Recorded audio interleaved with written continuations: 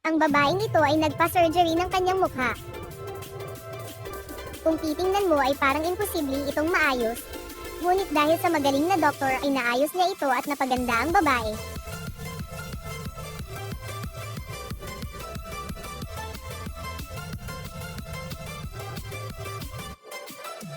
At ito na nga sinimulan na nila ang pag-draw sa mukha ng babae upang masukat ang parte na kailangan bawasan.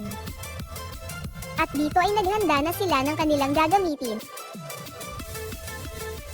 Alam kong hinihintay mo din ang resulta. Kung titingnan mo ay namamaga pa ito dahil kakatapos lang ng surgery.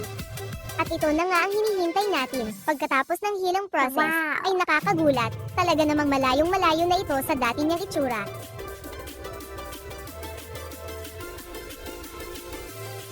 Labis naman ang pasasalamat niya sa mga doktor na tumulong sa kanya upang mabago ang kanyang mukha.